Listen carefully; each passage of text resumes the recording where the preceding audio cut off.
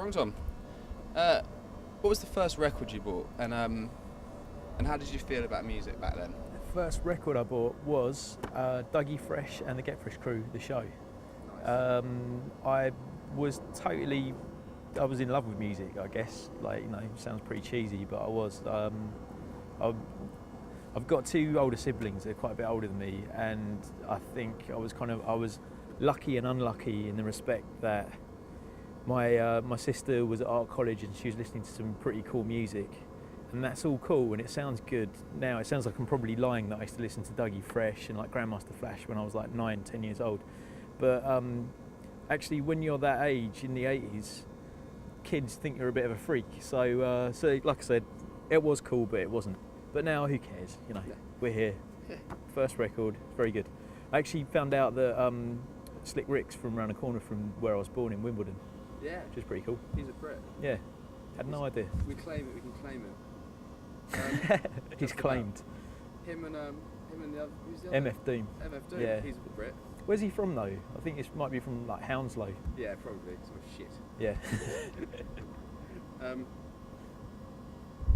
How did you get into DJing? Was there rather than being a fan, was there a defining moment?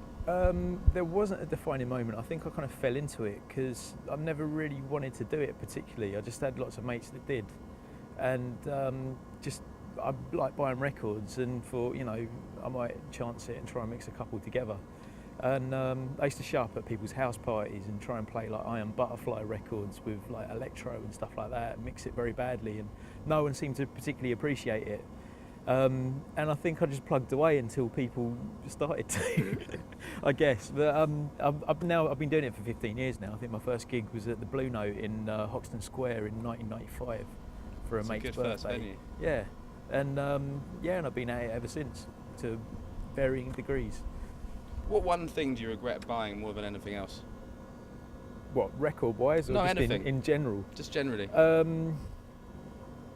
I can't think of anything actually. When I asked Saigon that, and he was like, dinner for my baby mama that first time. I was like, okay. No, I'd love to come up with a snappy, funny response, but yeah, no regrets really. I'm a bit tight with my cash, maybe. I don't know. I'm too tight. But, yeah. If you get to the big gig in the sky, who would be on the lineup?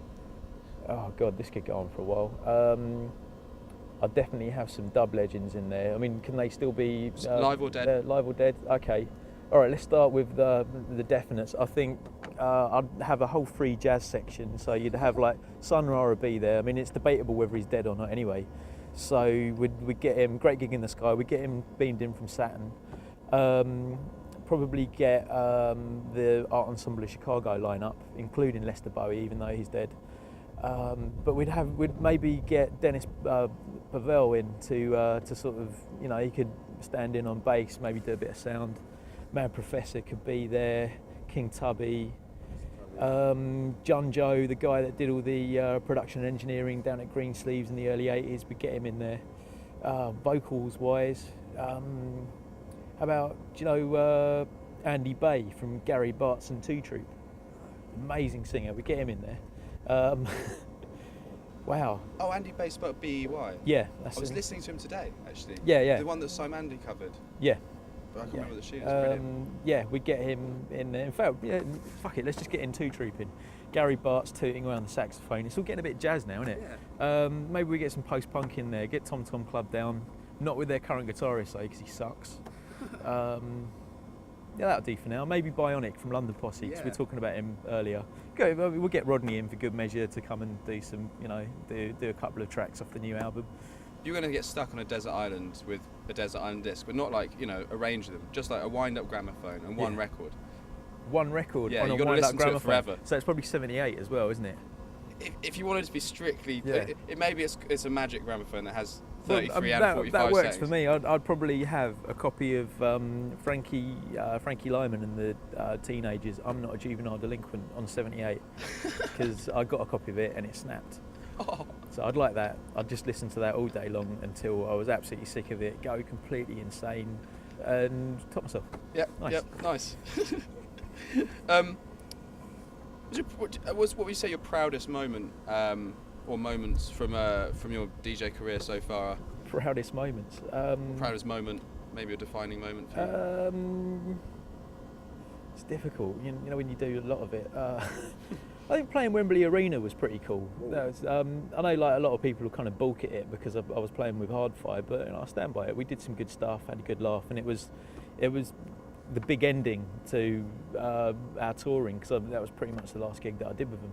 Well, it's the biggest place. Yeah, and 10,000 people playing, I'm sort of possibly getting down. But I reckon most of them just kind of standing there going, "What are you doing?" So I was sort of playing B-more records, and I think I got in a Shut Up and Dance tune on Nicolette, and slipped in some dodgy B-more remix of The Who at one point. And maybe I shouldn't be proud of this, but I was. I had a good laugh, and it was a big rig, big crowd. It was good. It's the biggest rig, isn't it? Really. Like, how do you feel about file sharing, like the modern age of music? Like, do you think it affects you, or do you download music for free? Or? I don't personally. I don't.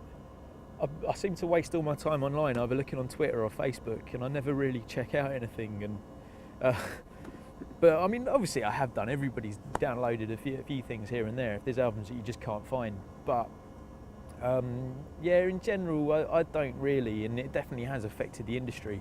But I think give it a couple of years and we'll find out whether it has really affected it in a bad way or not. Because I mean, if anything, it's affected the major music industry, which I think a lot of people would actually wonder if that is such a bad thing or not.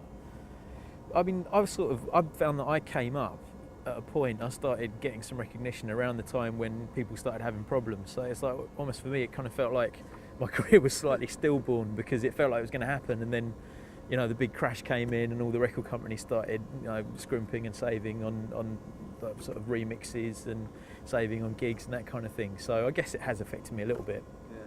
But in general, I think really my music career started properly in this age.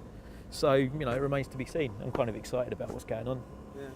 Yeah. Did you follow that big Wiley giveaway on I saw Twitter? It. Have you got involved? You downloaded any of the No, I didn't download any of it, but I did hear Rob Louis from True Thoughts. He did a mix, cutting up a few bits and did a re-edit that were pretty cool. So what I have heard, I liked. Do you think it's the most punk thing anyone's done in music for a while, or do you think it's really genius marketing, or do you think he just got lucky and cathartically gave his stuff away at the right time? Like, I'm wondering with Wiley. I can never quite work it out, because it seems like it's a kind of a punk move, doesn't it? But at the same time, it just seems like he's almost a little bit erratic, kind of a little bit bipolar maybe. And it's like he was on Big Dada, like did his album just as he's about to drop, said he was retiring, and then next thing you know, he's got a single out on Atlantic. So it's just kind of like, is he playing people, or is he just actually, maybe he's a bit like Marquis Smith, but of grime, because he's quite notorious for that. He'll release an album, and then the people that released it suddenly find out that he's got another album coming out with another label, and they're just kind of like, it's just Marquis Smith, leave him to it. So, so maybe that's it. Maybe he does have that kind of laissez-faire attitude where he's kind of like, I just do what I want, but maybe he actually doesn't realise what he's doing. Who knows? Good luck to him. Yeah.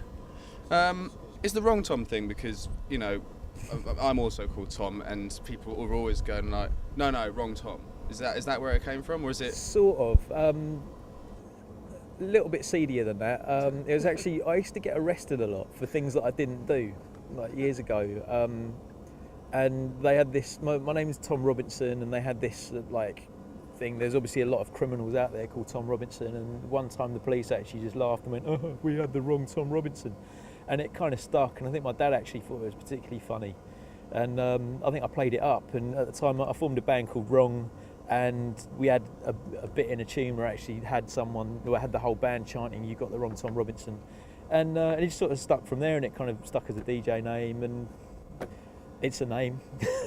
I wonder now. There's actually another guy using it, who this week I found out that he was on Sky One on their new program, Must Be the Music, I think it's called, and he's got purple hair and kind of apparently sounds like a bad Nine Inch Nails pastiche. And he's called Wrong Tom. He's called Wrong Tom. Seriously? So there is actually the wrong Tom knocking around now. So I don't know what to do about that, because he does songs about he's got songs something like kind of like I kissed my disabled grandmother, and so he's like definitely going for that real lowest common denominator shock factor. And for a short while I thought it was funny, and then I thought, just as this album's about to come out, he then appears on Sky One, and I looked on my site and my stats went up. Oh no! And there are people looking at there either dismayed that there's this guy on TV doing this stuff, or possibly fans of him. Either way, they're going to be disappointed. Yeah, when they beat you, yeah. So. Oh, that's good.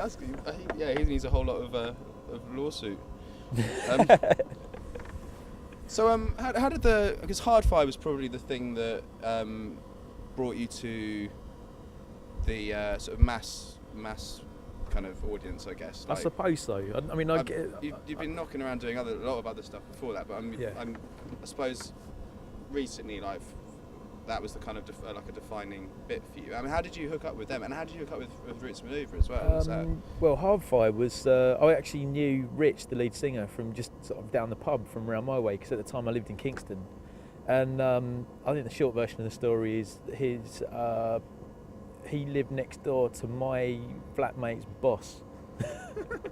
Was introduced to him one time as this guy that was in this band called Contempo, and I was producing some stuff, and he was just like, come and do a remix. And then that band went by the wayside. When he started putting together Hardfire, we were matey by that point and stayed on board. I actually introduced him to the drummer, Steve, who was an old mate of mine from college, and it all kind of came together like that.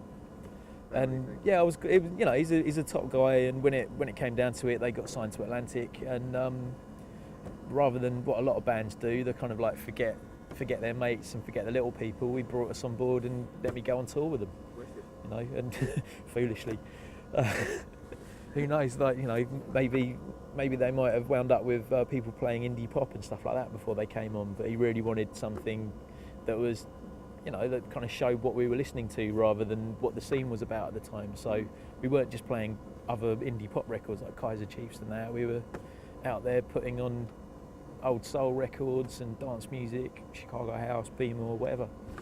I suppose they weren't really that indie either. Like, they weren't really like following what the rest of kind of indie was doing. No, not really. I mean, that's the thing, because he didn't really listen to that stuff either. So I think obviously they had to buy into it a little bit to fit in, but you could tell when they first started playing their tunes in indie clubs. I used to pop down and you'd see the people that like to actually dance rather than stand there and shout along and jump up and down.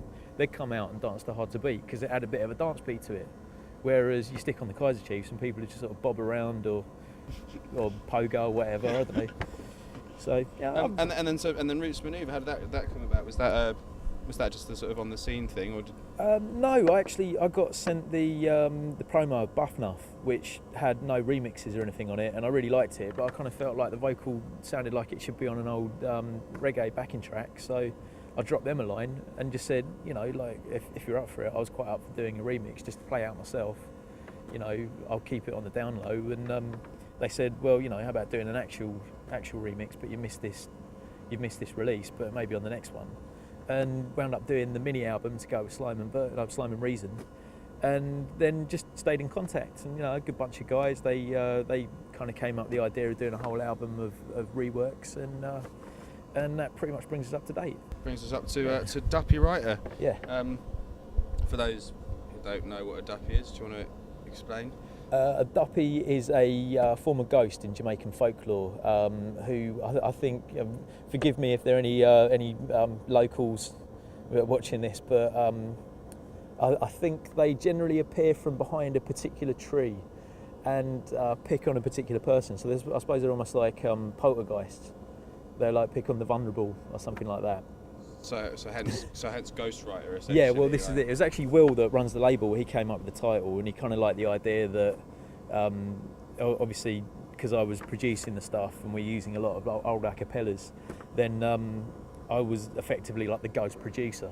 I think there was, there's some debate over whether my name was even going to be on the album at first, which I didn't mind as such, because I did like that whole aspect of it, like the ghostwriter or whatever.